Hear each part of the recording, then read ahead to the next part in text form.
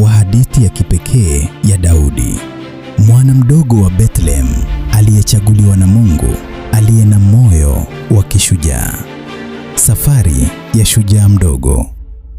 Kule Bethlehem, Daudi anaanza safari yake kuelekea kambi ya jeshi la Israeli.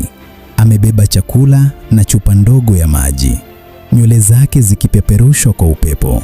Macho yake yanaangalia mbele, hofu kidogo, lakini moyo wake umejaa uthubutu. Milima na mabonde vikimzunguka, njia zake zimejaa nyasi na miti ya mzeituni. Kila hatua inaashiria uthubutu wake. Hali ya asubuhi inazidisha msisimko. Kambi inaonekana.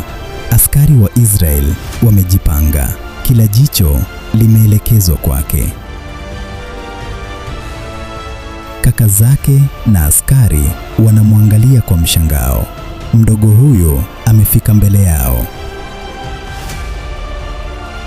Inaibuka hofu kidogo, lakini hakubali kurudi nyuma. Anaangalia mbele, tayari kwa changamoto. Pale kwenye bonde, jambo kubwa linatokea. Goliathi, shujaa mkubwa wa Wafilisti, anasimama mbele ya jeshi lake.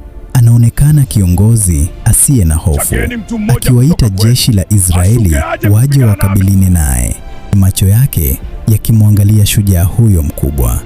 Ni nani huyu Mfilisti anayethubutu kulitukana jeshi la Mungu aliye hai?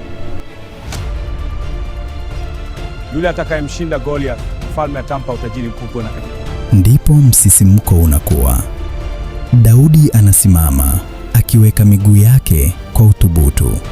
Goliathi anatazama chini, akidokeza kwa ujasiri wake. Askari wa Israel wanafikiria.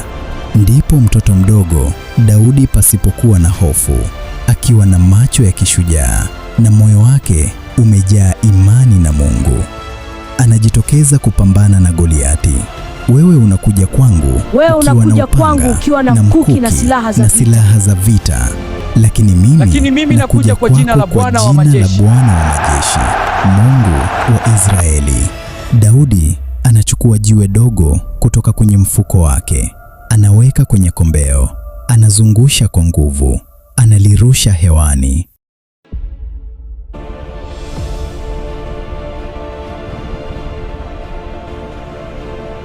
Na linamfikia Goliathi. Shujaa mkubwa anaanguka chini. Jeshi la Wafilisti linashangaa. Daudi, mwana mdogo wa Bethlehem, ameibuka shujaa mkubwa.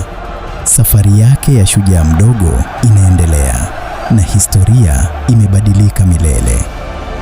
Lakini hadithi ya Daudi haijamalizika hapa.